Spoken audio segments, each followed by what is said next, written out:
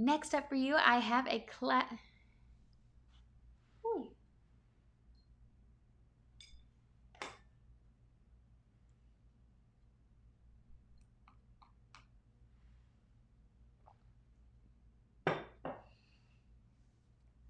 Next up for you, I have a small group. This one is called Mega Minds, and it's all about GATE and gifted students. So you may have some gifted students who are in like a gifted and talented program or a GATE program.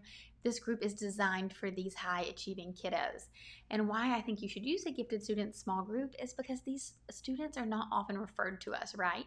They usually are high performers, maybe have, well behaved.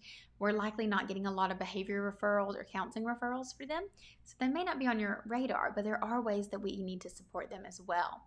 And this normalizes their experience. So, they're kind of on the margins of education, so maybe they feel like they don't fit in, and this is a cool way for them to meet other people who are in their group.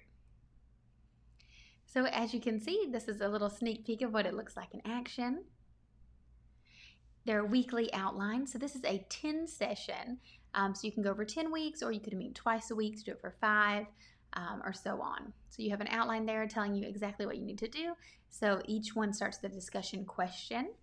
So just a simple question to get the kids chatting, and then there is a quiz or an activity, and then there is a journal. And like all my groups, it has a group rules and feelings check. So I encourage you to get the kids to come up with their own group rules and do the feelings check at the start of each session. You're going to go over the how you're feeling and why format. I always encourage you to model this and to start it, and again, to be transparent about your own feelings. This way you can give kids permission to be vulnerable as well. And of course, I have for you some data tracking tools. So I have pre and post self-assessments to track your students' progress. So you'll send these out during the first and last session. And of course, please get your students' names and dates. That way you can easily track it, and you can see how they've improved as a result of your counseling services. Now, week 1 is all about what it means to be a GATE kid. So like I said, these will have a discussion. So the kids are going to discuss this, and then they're going to take this whiz quiz, which is a just for fun quiz. It's not an assessment, so you're going to remind the kids of that. But it's basically a way that they can determine their multiple intelligences. Week 2 is all about life as a GATE kid, so they'll discuss that and then do a cross the line activity, which is played similarly to a sides of the room activity. So you'll read different statements, and then if they agree with them, they'll move to the other side of the room.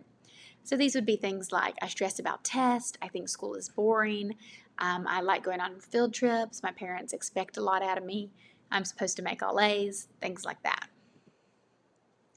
And week 3 is why am I a GATE kid? So they're going to discuss that topic, and then they're going to play a fun game called the Stroop Effect, where they're trying to say what the color is and not the word. So for example, that first one, the correct answer would be blue, not red. So it's pretty tricky for adults too.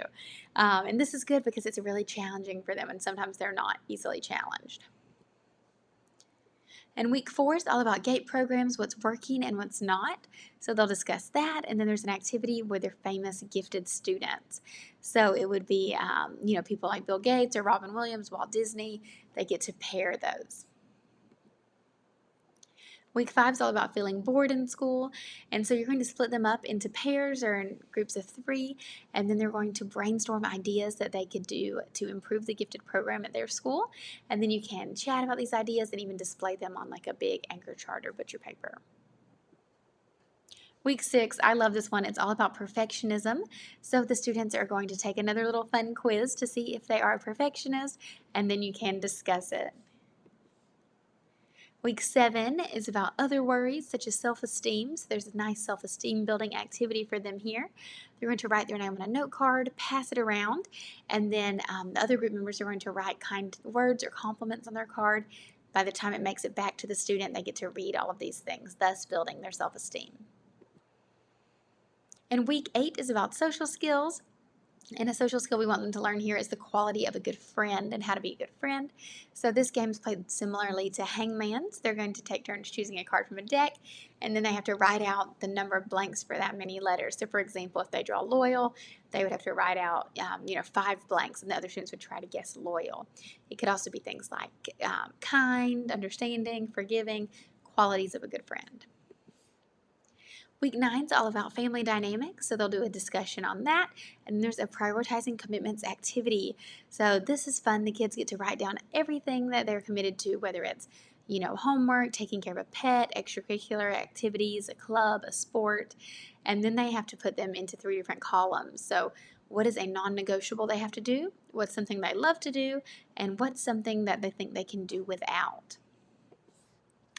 And finally, week 10 is brain power. So another fun quiz where they are determining if these things are brain boost or brain drain. So things like eating candy and drinking caffeine, watching a lot of TV, those would be brain drain. So we see how much time they're spending on these things. And there are weekly journal prompts for them to self-reflect with topics like write about the gripes and benefits of being gifted, write about a time you made a mistake or failed at something. That could be really difficult for these students. So these questions are really important. I encourage you to allow plenty of time for them to answer these at the end, and that they could even go somewhere private in their room, turn on some music, and let them really make the most out of their journal exercise. Okay, I hope your students love this group.